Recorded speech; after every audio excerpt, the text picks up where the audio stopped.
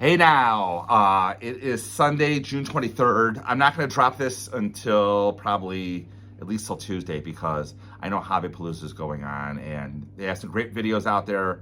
I watched a couple on the autographs when I just got back because I just got back from out of town and I was very fortunate. I was at stadium number 55 for me, and that was the Rickwood Classic. It was a very interesting game. I love the Negro Leagues. I love the fact that they saluted the Negro Leagues, and just there's only, with the passing of Willie Mays, which was horrible timing. He was supposed to be there. There's now only 2 living Negro League players that actually played when a time that Major League Baseball just counted. One is Ron Teasley, who lives here in Michigan. And there was another person, you can look him up. He's 99 years old. He threw out the first pitch at the game. As you're listening to this, I'm going to throw in pictures of that. And what was interesting was when I flew down, Ron Teasley was supposed to be on my flight. I didn't know that. Unfortunately, I get there, and they paging Ron Teasley, and I see his son, Ron Teasley Jr., came in, who caught the opening pitch. And unfortunately, his father had bladder infection, and couldn't make it. So he was 98 years old. So, but they did honor other Negro League players that were played in the Negro Leagues post 1948 to, I think, 1957 was when the Negro Leagues officially ended, even though it was watered down by then. So I went to both the celebrity softball game, it was really a wiffle ball game, as well as the actual game itself. I sat in the hot sun trying to get autographs. There were some incredible people there. I mean, if you watch the game, Jeter was there, Ortiz was there, Griffey Jr. was there, Bonds was there, Pujols was there. Again, I saw them all. I saw them all up close. Like Pujols, I could touch, and Jeter, I could touch. Unfortunately, I was not. Pujols did sign a little bit. I was not at the right tunnel. There were 2 tunnels there. Pujols signed in the opposite tunnel I was at, so I couldn't get the Pujols. It's very upsetting. But I did get autographs, so I'm going to go through. I got this bag at an event. I went all out for this. I thought it would be a much tougher ticket than it was, so I went through the VIP ticket service. I paid over $1,000 to go, and the game wasn't even sold out. Matter of fact, if you watch the game, there were a lot of empty seats, especially behind home plate, so I was kept moving seats. I went by myself, and so I got closer and closer to home plate till by the 7th inning, I was right behind home plate. So I want to show up some stuff. And the first thing I want to show off was my favorite thing, and that is this right here. This is the back of the ticket. This is the ticket from the game itself. So you're not going to see a lot of these tickets out there. This is the only ticket I've actually seen. It was all digital. I went to the box office. They said it was all digital. I will buy a ticket right now if you print it for me. And they said, no, there's no actual tickets to this game. But as I'm standing there, and the old Negro League players, 57 that they honored, I don't think all 57 were there because I know Ron Teasley wasn't there. And I was talking to Sean Gibson, Josh Gibson's great-grandson, who was there. I was talking to him for a while, and he's like, where do they find all these Negro League players? There's only 2 left. So I don't know if he said it as a joke, if he was upset, but so I went to one of the Negro League players because I saw they had actual tickets to the games. And I didn't do it to be rude. I was very kind in asking about the tickets, where did you get them, and what are you doing with them? And I explained that I collect tickets, and I have tickets from all 55 stadiums I've been to, with the exception of the Field of Dreams game in 2022, which I'm still in search for. Someone has an extra one. They're in the 4 figures. But he goes, I want you to have this. And it turns out this guy's name is Johnny Walker. And as he was telling me about him, he was there with someone, and the girl's he's like, keep the ticket. I'm going to throw it away anyways. I offered to pay for him. You wouldn't do it. And the girl below was like, you should get him to autograph the ticket. So I thought that was pretty cool.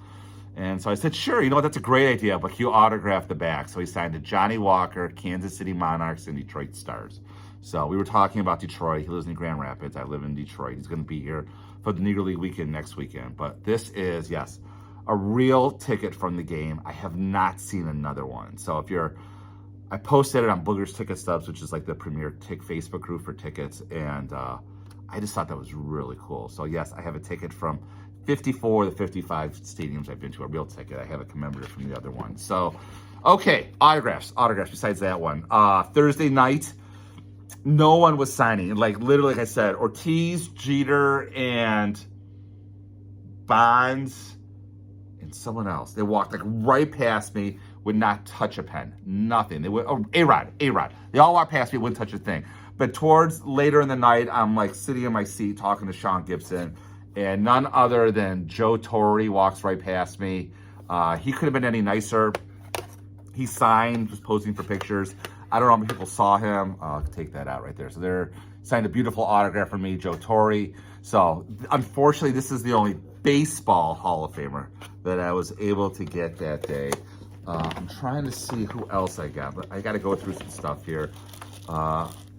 Who's this? Oh yeah, I have a friend, David. He's probably going to watch this. He collects announcers. So this is Tom Verducci. He was there. He wanted me to get a Tom Verducci autograph. So he was Tom. Again, the announcers that were all there, they were more than happy to sign. I'm trying to see who else I got on baseballs. I think there's only one other person I got on a baseball, and that is this right here. Again, this is for my friend. He was a big announcer guy. So Chip Carey was there. He was announcing for the Cardinals. He was, again, I just missed Pujols, but Chip Carey was there. He was more than happy to sign. I did go to an event through this VIP services in the morning, and they had 3 players there. I knew he was going to be there, even though he really rushed his signature. I had this ball when I bought this at the opening of the first season of Citizens Bank Park in Philadelphia, and that is the autograph of none other than, I know, Ryan Howard, MVP, 2008. He was at this event. They were very nice to take pictures. They had to take pictures with everybody. They were very grumpy when it came to signing stuff.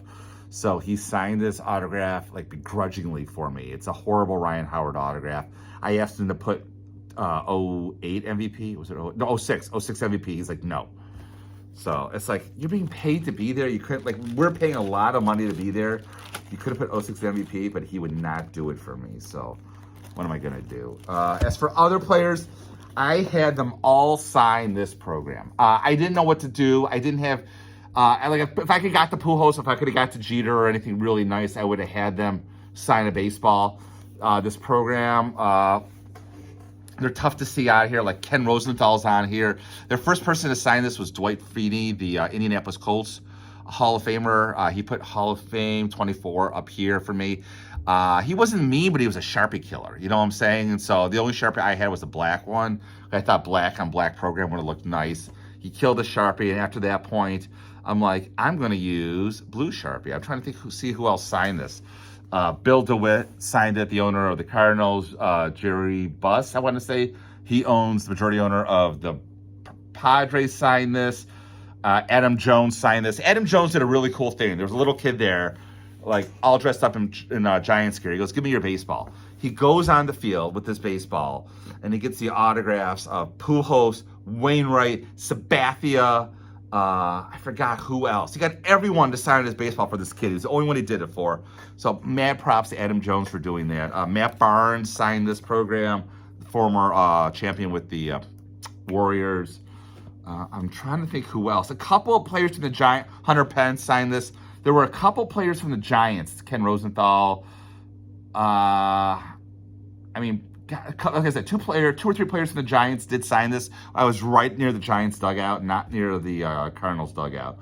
And so they did come out and did sign it. Unfortunately, I don't know who they are. So I know there were other people. Like anyone that came out to sign an autograph, I asked them to sign this. And for the most part, they were biased. They did. Unfortunately, like I can't tell anymore who those were. I'm trying to think. I know Willie Mays' son came and signed a couple of autographs, but again, I didn't want that. That was not for me. So I don't know. Maybe you could recognize people on here. Again, I don't remember anymore. So they grabbed the pen. They were buying me. Tony Clark. Tony Clark was another one. I had signed this. I was telling him, like, I remember him from his days in Detroit before he was head of the union. So anyways, I guess that's it. Like I said, I'll drop pictures throughout. I got a couple other, like, just like random, like Rickwood Field. This is a commemorative baseball. It was not used in the game. I'm trying to think what else. I think that's it. So that's 10 minutes of Rickwood Field stuff that I got for the Negro Leagues game. And, I got a couple other stuff. This is junk. I would give it away. So thanks for watching. LK Line will drop this week. I'm going to try and get Tim Keefe as well. Keep collecting.